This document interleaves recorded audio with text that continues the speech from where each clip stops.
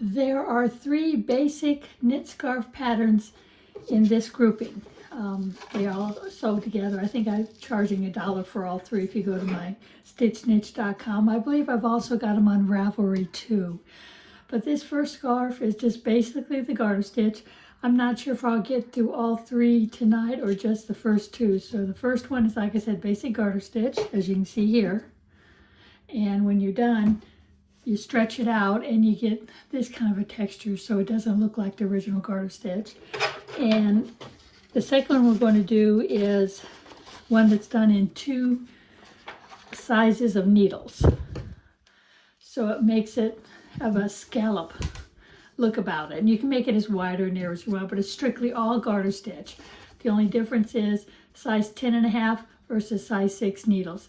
And you can do 10 rows, 10 rows, or 10 rows, 4 rows, 10 rows, 6 rows, or do asymmetrical, a many amount of rows you want. But the scallop part comes when you have the bigger needles.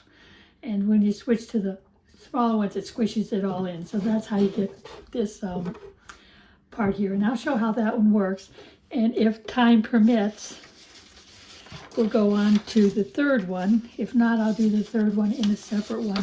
This one is done with 3 different types of stitches, but they're all knit. There is no purling anywhere on this particular scarf. It's just all done with knit stitches, and it's how you put the knit stitches together that gives you the drop stitch, the eyelet, and this one. I don't know if it even has a name. It's just a slip stitch, but we may have to do this one on a separate video. We'll just have to wait and see.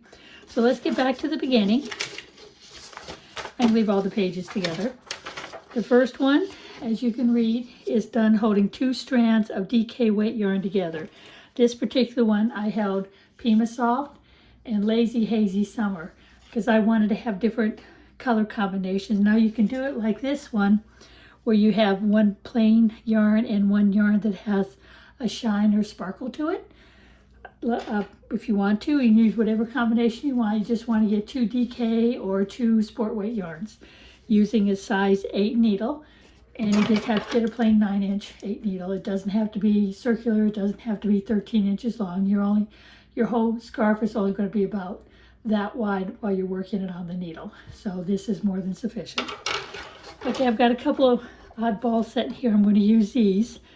Matter of fact, they look like they might even be the same colors. Anyway, let's get started. Let's see if I can find the... Here it is. Ah. Well, it's on the floor now. Good place for it. And then, of course, this one. You would hold your 2 strands together throughout the whole thing. The good thing about when you hold 2 strands, you think it might be more complicated. It's really not. When you knit, the 2 strands stay together. So that's what makes it awesome. Okay, let's start where it says cast on 26. Now I'm not going to put on the full 26 because I like to get through quite a bit of it on the video. So I'll do maybe 16. That sounds good. So I know 18 inches of yarn when you do a long tail cast on will give you about 25 stitches. So I've got here about 14, 15 inches. But it should be more than enough to do 16 stitches. Now, like I said, I like to do the long tail cast on. You put the tail over your thumb and the ball yarn over your index finger, if I can get a hold of them, and hold it like a slingshot. And you go under your thumb, over your index finger, then put your yarn over, release it, and then pull it. And that's how you get your stitch. It's kind of, you actually are knitting your first stitch, first row of stitches while you're doing the cable cast on. I never count it as my first row just because I don't. Most people do because sometimes the pattern you do requires your first row to be knitted or purled or counted in such a way that if you don't add it to it, you get a funny look. So it's entirely up to you. I say that a lot, don't I? But it's your choice, your project. If it doesn't do exactly what the original designer said, that's okay because you are your own person and you want to make it happy for you. Now, since I'm getting low on thread, I'm just doing it the other way of a long tail cast on, where you loop it over your finger or your thumb, whichever you prefer, yarn over and throw it over. Let's see, how many did I get? 2, 4, 6, 8, 10, 12, 14, 15. Or I wanted to do 16, so I'm going to do one more. It's going to be tight. There. Okay, now I got 16. Like I said, this is not the full amount. If I did 26, it would be as long as this one. But it doesn't matter. You can do as many stitches as you want. You make it very wide like I did. On this one's about 6, 7 inches wide. Or you can make less stitches and make it more narrow like I did this one. It depends on how you plan on wearing it. If you want it as a warmth type scarf, you may want to do it wider. If you want more of a decorative scarf, you may want to do it less. Okay, so the whole directions is right here. Knit every row to desired length and then bind off loosely. That's it. That's the whole pattern right there. So let's go ahead and get started. Knit a row. And the whole thing is knit. The only boring part about it is everything is knit. There's no changes, no variations. It's just knit. I know when people first start out, this is ideal because it's a project that they can do and they can finish and have something to be proud of and boost their confidence. So this is a great learning experience. When I was about 16, I was in high school. There's these girls that were knitting. They showed me how to cast on, just the simple cast on, and how to do the knit stitch. And that's all they showed me, and then school let out. All summer long, all I knew how to do was a knit stitch. I didn't know how to bind off. I didn't know how to purl. I didn't know how to do any decorative stitches. All I knew was knit. You can imagine how long that scarf got before I finally decided I need to get a book. I need to find out how to finish off the scarf because the thing was getting so long I could almost wrap it around the house. It was huge. But it definitely got my muscle memory in my fingers to do a knit stitch. You insert your needle through the front of the loop, yarn over, and then bring it back through. And then take the stitch off the back on your left needle, and that's your knit stitch. So you go in, yarn over, bring your needle out, and then slide the stitch off. You can either slide it off like I did with your finger, or you can slide it off with your needle. I usually let the needle slide it off. Since the needle is there, I use it. It really kind of speeds up the motion. After you get really, really comfortable, you will be able to knit without looking at it. When you do that, then you know you're a good knitter.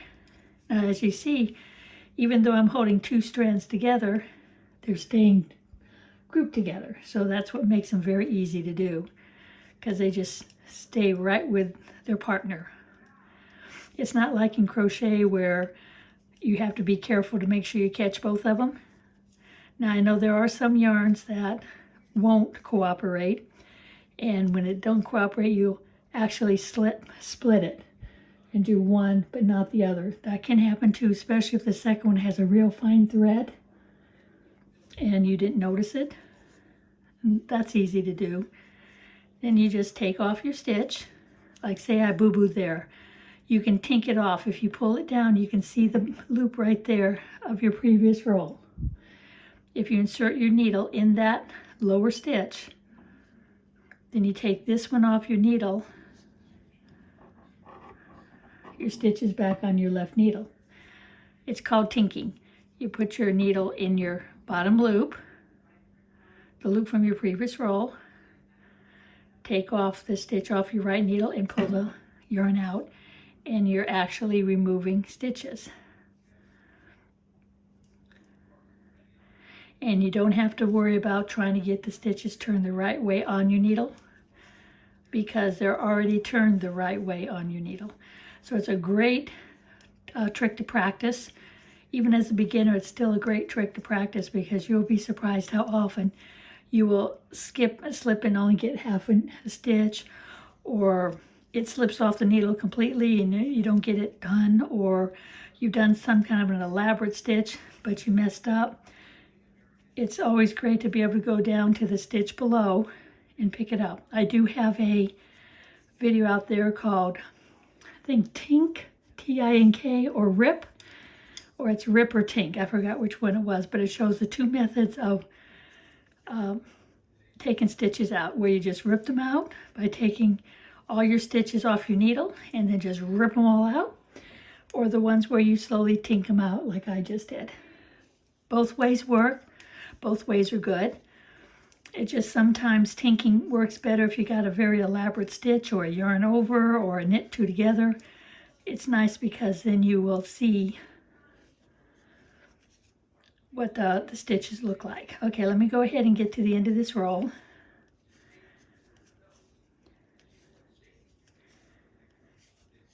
All right, now say this is my desired length. I know it's not, but say that's my desired length. As you can see, it's just the basic rib. Like you see on here, it's just the basic rib.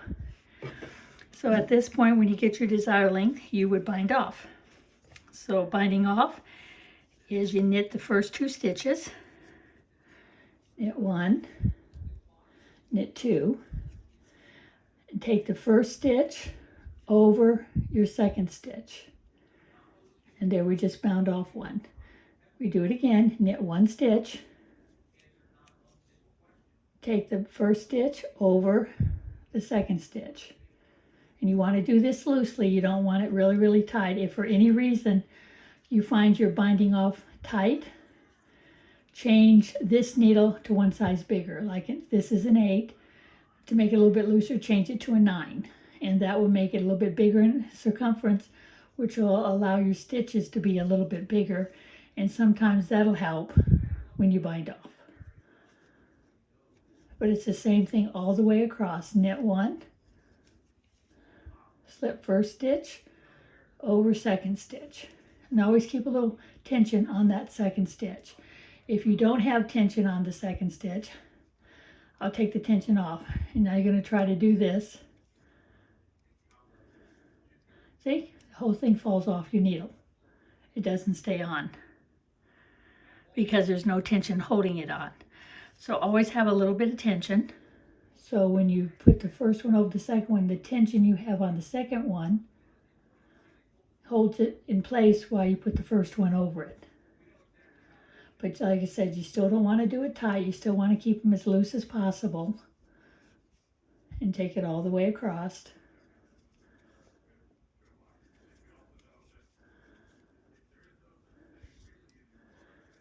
I've only got a few left. That's why I only did 16. I wanted to be able to show you the complete pattern.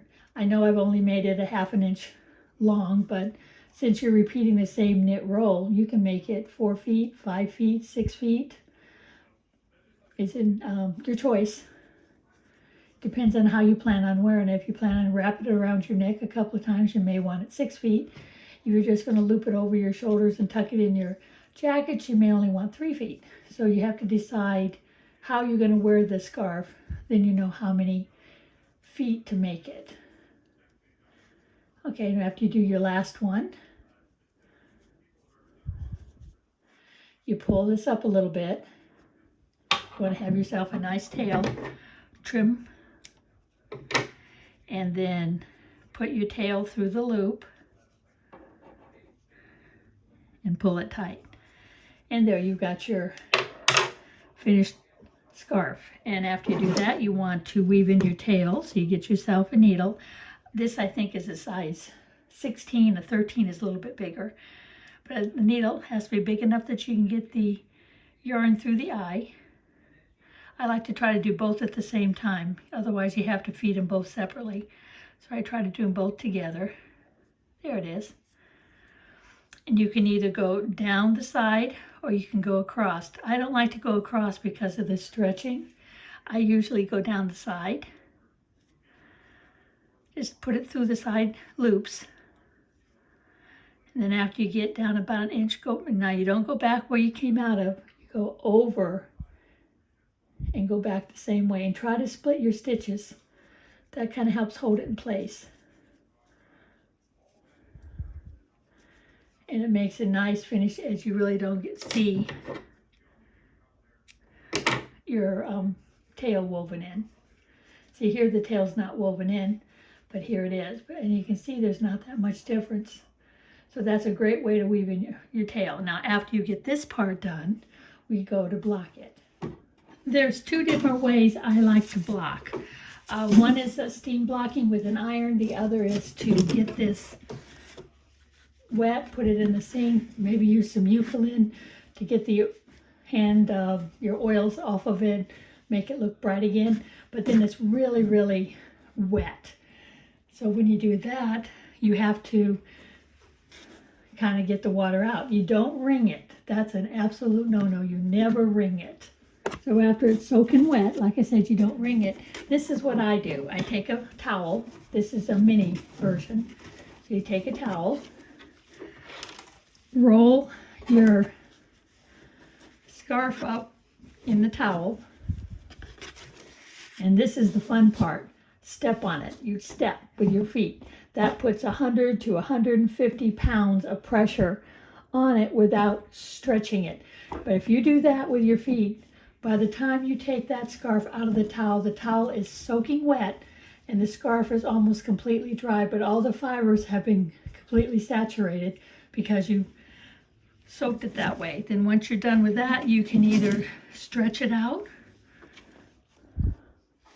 and pin it and let it dry. I would stretch it out on my bed and pin it, and then turn my ceiling fan on and let the ceiling fan do the rest of the work. Or the steam iron way. I get my styrofoam and I would stretch it out, pin it. I'm not going to stretch it this way because I want it to stretch this way, so I'm going to keep it relaxed, put my pins in it. Oh, I need to put pins across the top. Normally I wouldn't use cardboard, I use foam board, but the foam board is way too big. I do have a video out there where I did it on foam board. I will go ahead and connect the link to this video so you can go to it and see how I did it. So then you stretch it out as far as you can stretch it and put a few pins, as many as you need to stretch it. Now if you have blocking wires, you can use blocking wires too.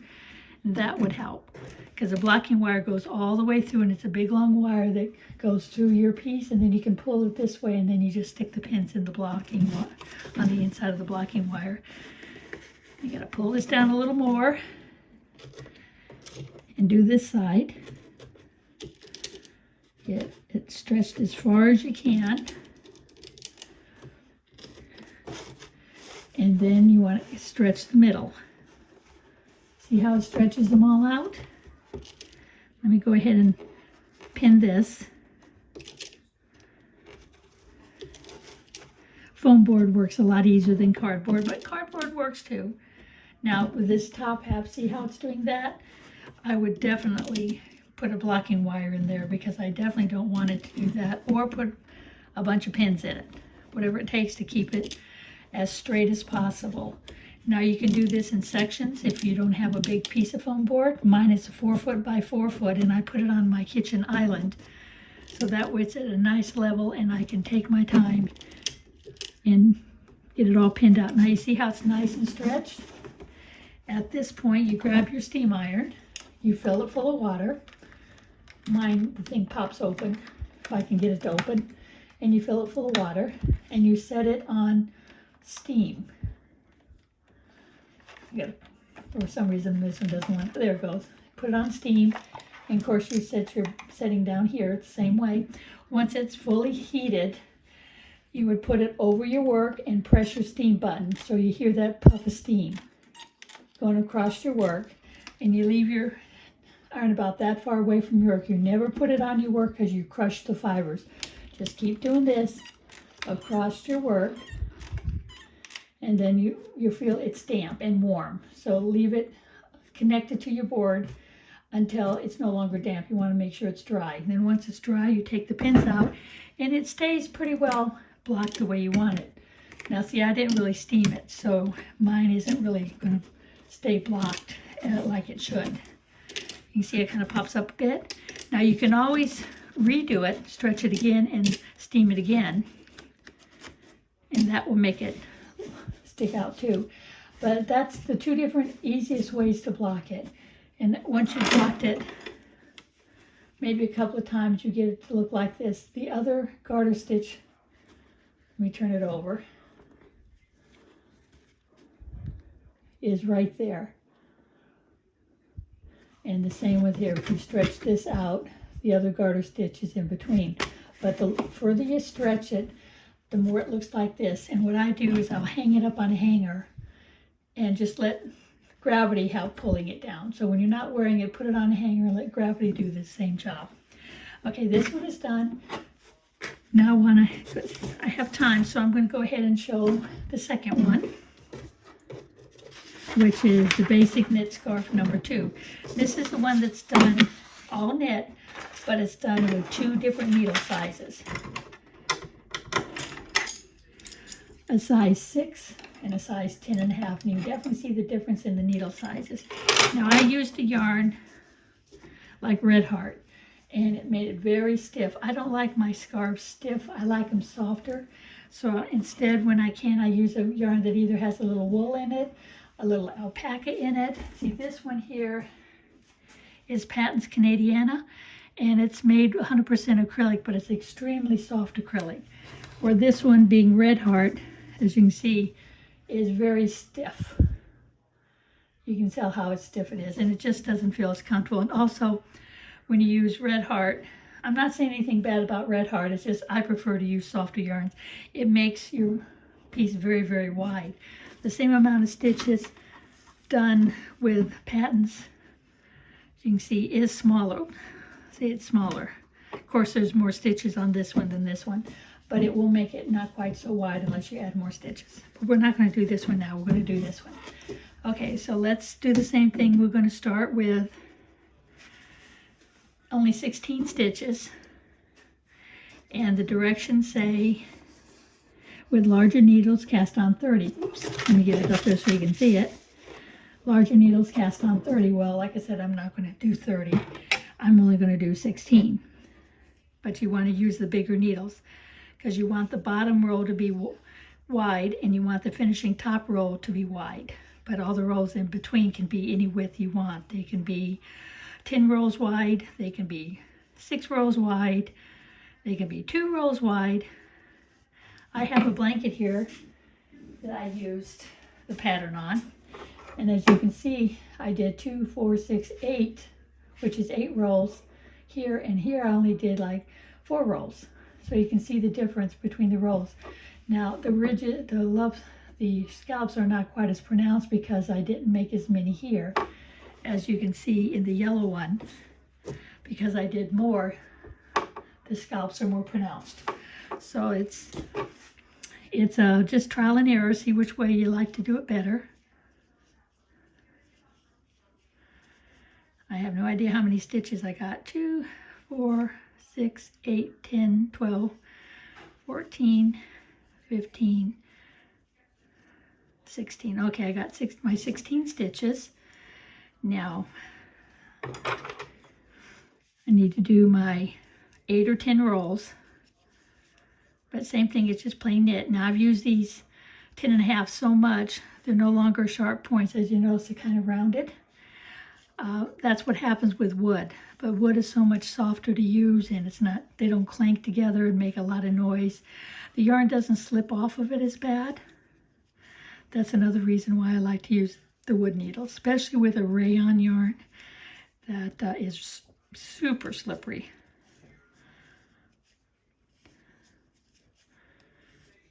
And it's the same as the previous one, just knit every roll, knit every stitch.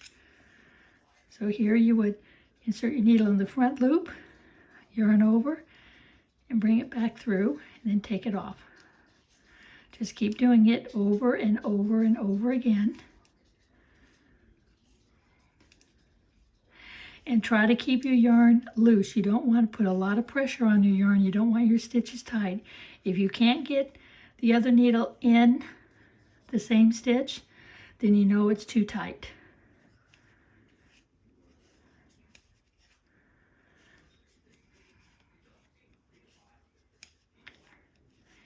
Now doing the big needles down to the little needles is pretty easy because the needles are littler. But when you want to go the other direction and put the big needles on after using the smaller needles, it takes just a little bit more patience to get that first row done. And then after that, all the stitches are on the big needle. Okay, I'm going to pause the video and get several more rows knitted, and then I'll come back and show you how to move it from the big needles to the little needles.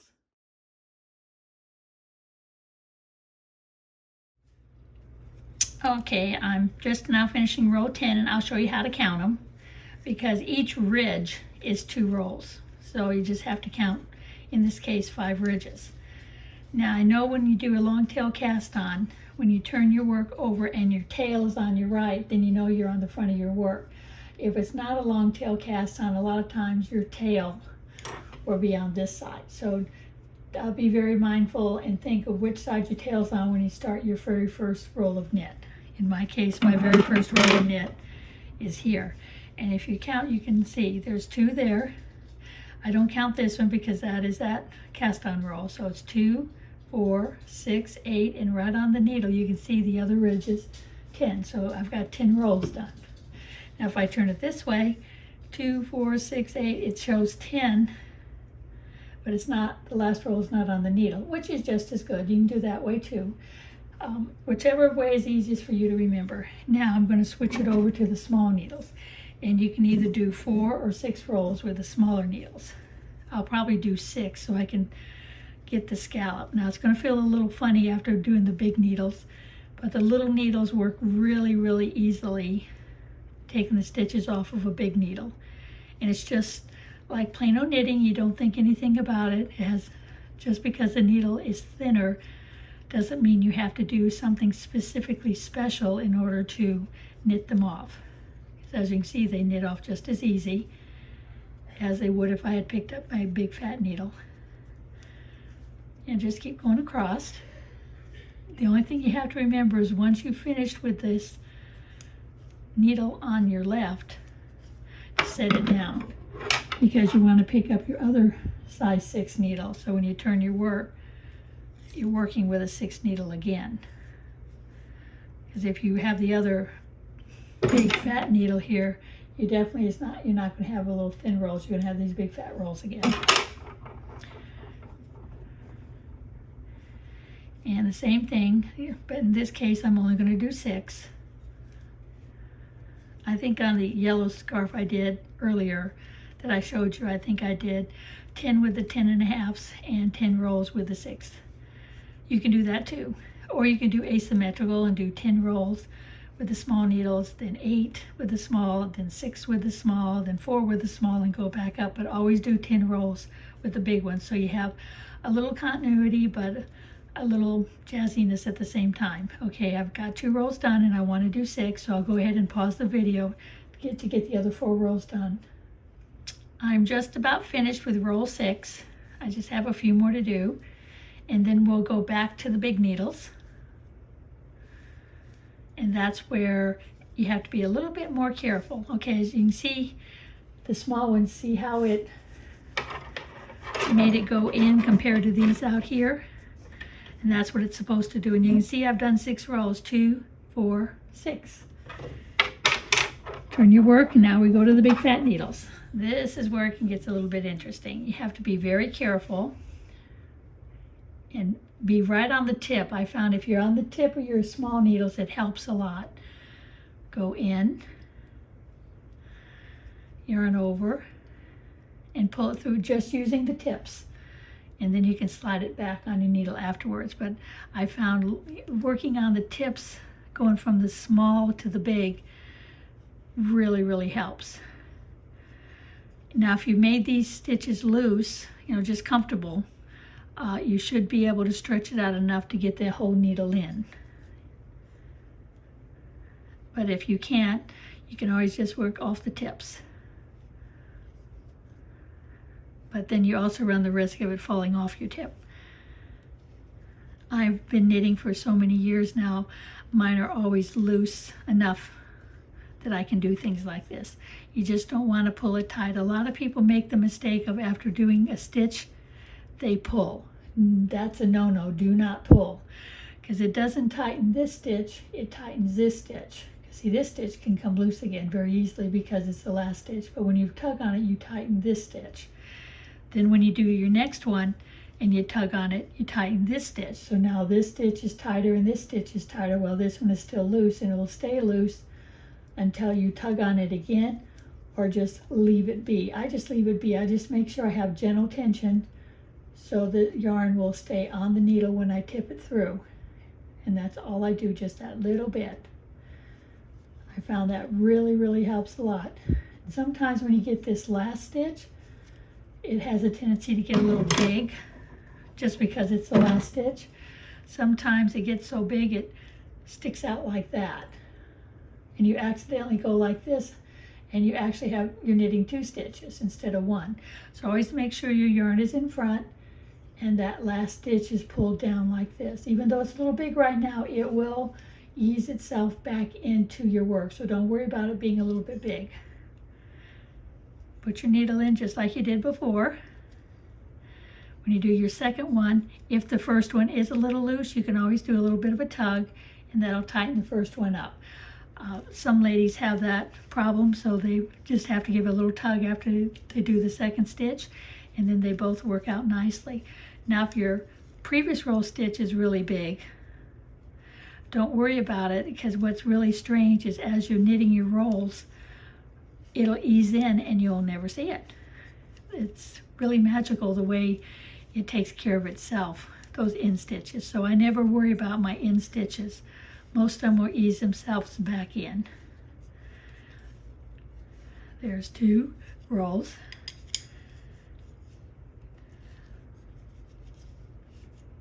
And we keep going, because in this case we do 10, and then I'll go back to doing 6. So this particular pattern is 10, 6, 10, 6, 10, 6. But I could do 10, 6, 10, 4, 10, 6, 10, 4 if I wanted to. I've done them that way before, and that also gives it another look. But sometimes I like to have it very uniform looking, so then I always make them all the same. 10 in the big ones, and then 4 or 6 or 10 in the little ones. You just have to make your decision. And even if you make a mistake and do 4 instead of 6, that's okay. It'll just be one row that's a little unique, and then somewhere else in the pattern, a couple of rows, patterns up, do 4 again. And now you've made it twice, so therefore it is your pattern. So now your pattern has somewhere in your scarf 2 rows of 4. As I was told, if you make a mistake, repeat it, and it's your pattern. If you accidentally do a knit on a purl side, somewhere down the line, an inch or 2 later, do another knit on the purl side, and you'll see it as 2 stripes horizontally going across your work. And later say, oh, isn't that neat? Yeah, that's my pattern. So you just keep going. I'll probably stop at this point. There's no need for me to keep on going because it's all the same thing over and over and over again. So what I'll do is I'll bind this one off, and then we'll see what it looks like. I think maybe I'll do one more row, just to be up a little bit further. I think that would be smart.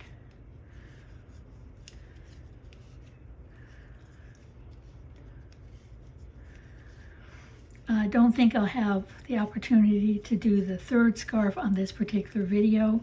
I'm trying to keep my videos from dragging on too long. I'm trying to keep them between 15 and 30 minutes. And if I add the other scarf on, it's going to probably take it well close to an hour, because the other scarf, even though it's all knit, it has different stitches in your knit. Okay, I'll get one more in here.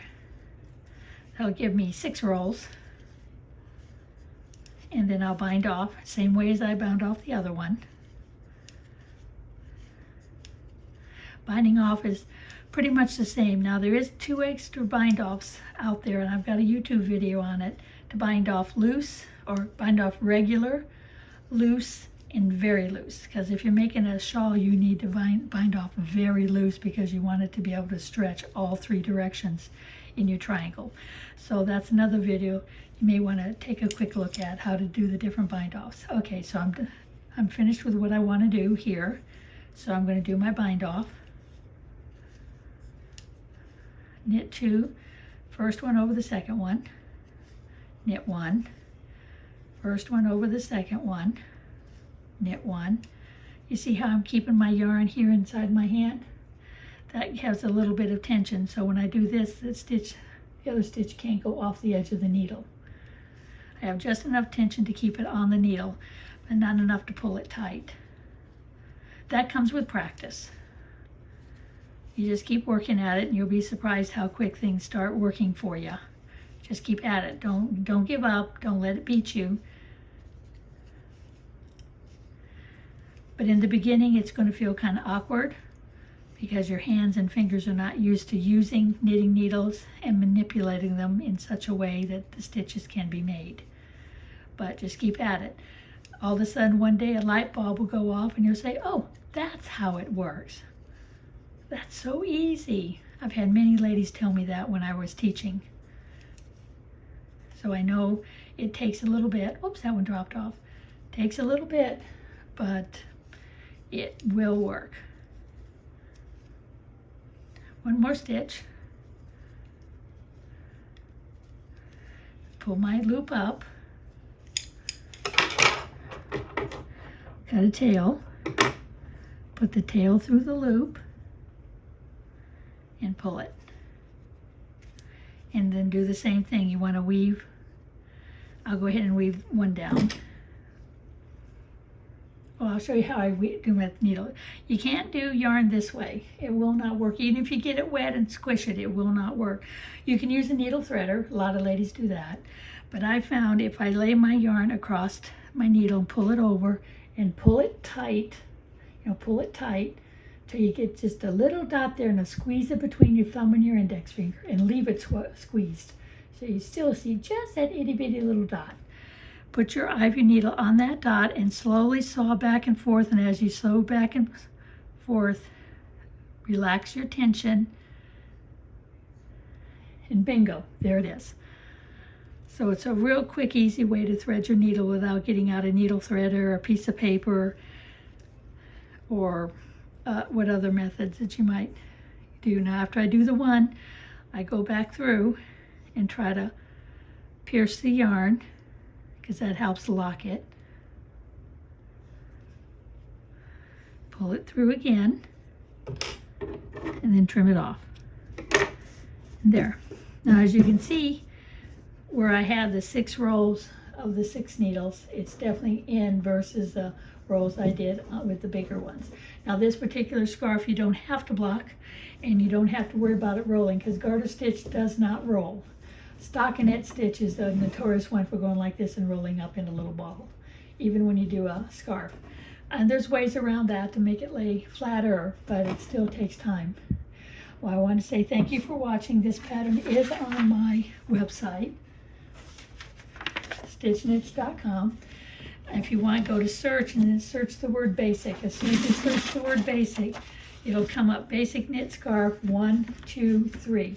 And all 3 scarves are on the one pattern. So when you print it, you get all 3. This one, the one we just did, and the one we're going to do. And that one we'll do in a few days. So thank you for watching. Oh, if you like what you see, please subscribe to the channel and click like so I know that you enjoyed it, and hit notifications so next time my next video comes out, you will be notified immediately. Have a good day.